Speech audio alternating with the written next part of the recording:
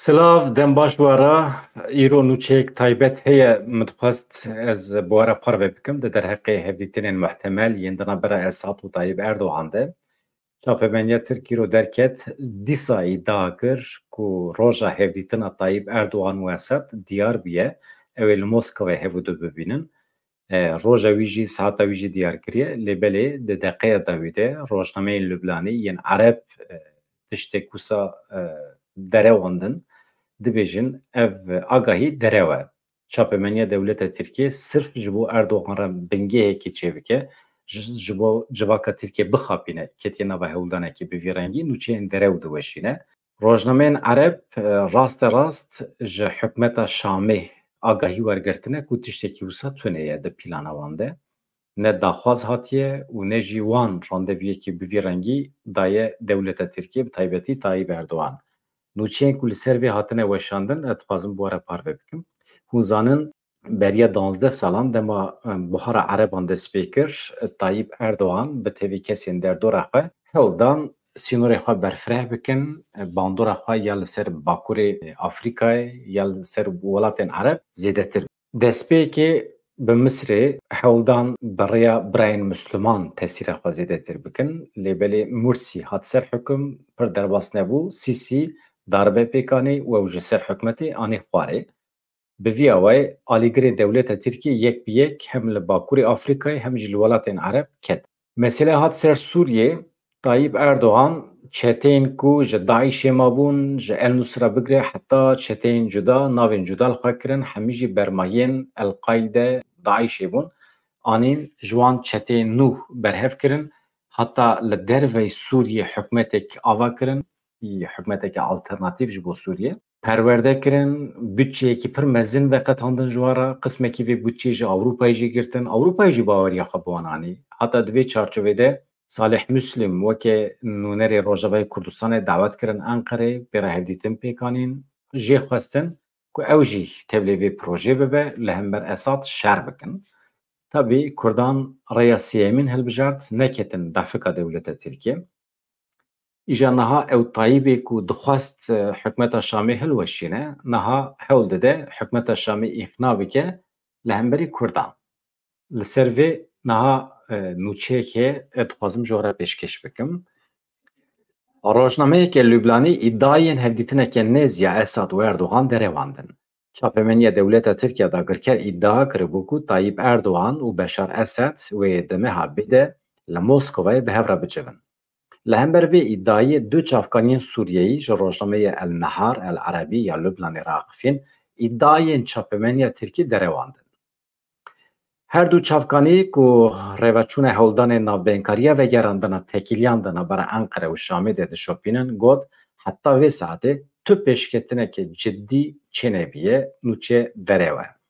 Îro rojnameyekê bi ser Dewleta Tirkiye ragihandibû ku tekîldarê hevdîtina Beşar Esad û Erdogan lehevkirin hatiye kirin.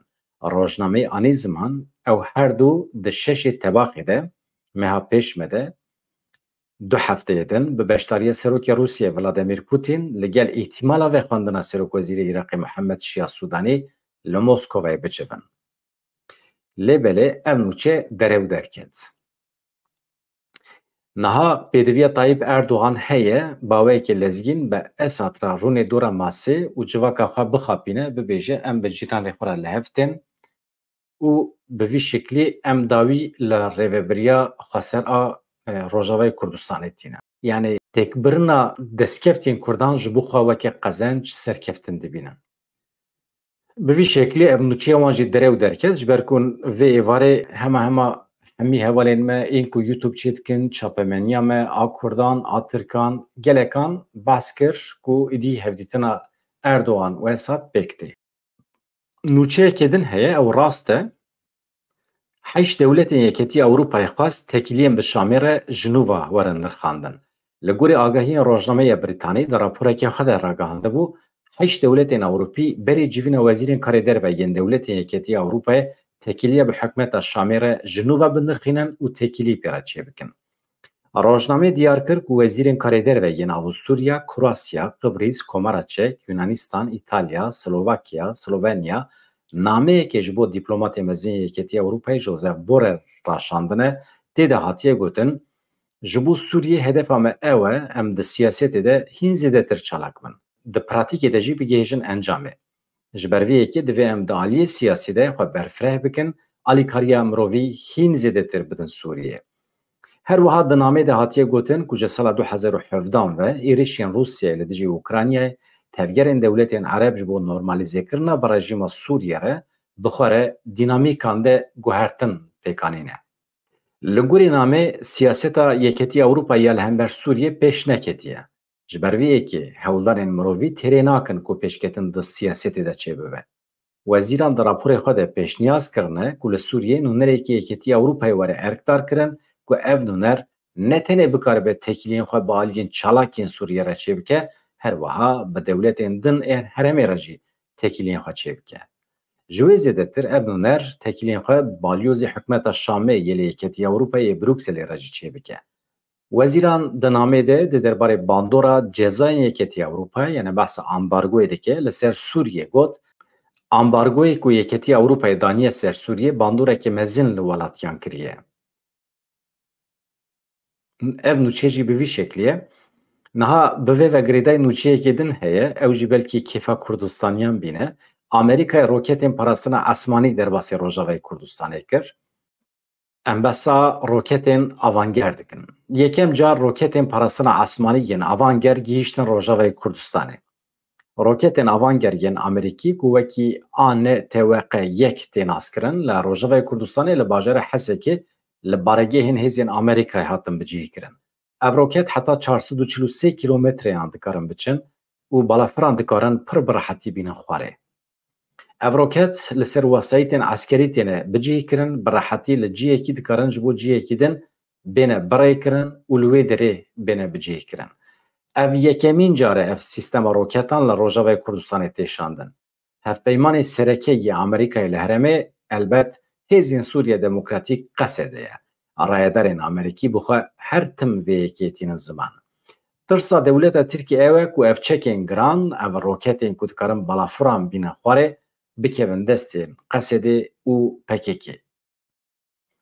Serokkomarê Tirkiye Recep Tayyip Erdogan gotibû beriya hefteyekî çekên Amerîkayê yên ku di destê PKK de hene em ancak bi lava bi rêca dikarin ji NATOyê bikirin.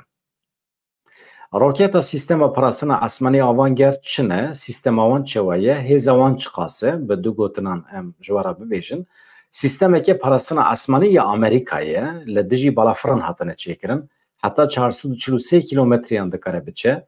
Li ser wesayîtên eskerî têne bicihîkirin. Di sala 1989 de hatine bikaranîn. Giraniya wan bi qasî 4 ton e. Derêjaya wan jî 5 metro ye. Leza wan jî 98 kilometre ye di saetê de. Bi sîstema lazer kar dike ji sedî set dikare bigêje armanca xwe. Yani balafira ku ji xwe re bike hedef ew balafir li jêr e. Ev sîstemekî bi vî şeklî ye sibê du sibe eger dewleta Tirkiye balafirê xwe bişîne ser Rojavayê Kurdistanê û yek ji wan bikeve hûn bizanibin ku ev sîstema parastina hewayî di destê Qesedê de ne. Heta vê saetê jî em nizanin ka hêzên Amerîkî ev sîstema parastina hewayî ji bo xwe anîne yan dixwazin teslîmê Qesedê bikin. Ev di demên pêş me de wê diyar bibe. Ji xwe eger ji Ewropê ve hûn dronên dewleta Tirkiye li ser Rojavayê Kurdistanê nebînin tê wê manê ku îstixbarat girtine ku di destê Qesedê de ev füze hene ji ber vê yekê zû bi zû dronê xwe naşînin ser herêmê. Balafirê xwe ê şer jî naşînin. Ji xwe Kurd di wê qenaetê de ne ku eger saha hewayî ya Rojavayê Kurdistanê li dewleta Tirkiye were qedexekirin, artêşa Tirkiye nikare li hember Qesedê di reşayî de şer bike. Ne teqata wan heye ne jî ew cesereta wan heye. Ji ber vê yekê tim ji hewa ve êriş dikin, tercîha wan ev e. Wextê ku ev sîstema parastina hewayî bikeve destê Qesedê, ev aliyê wan jî kêm dibe. Nûçe bi vî şeklî ye bi hêviya rojê xweş û azad dem baş.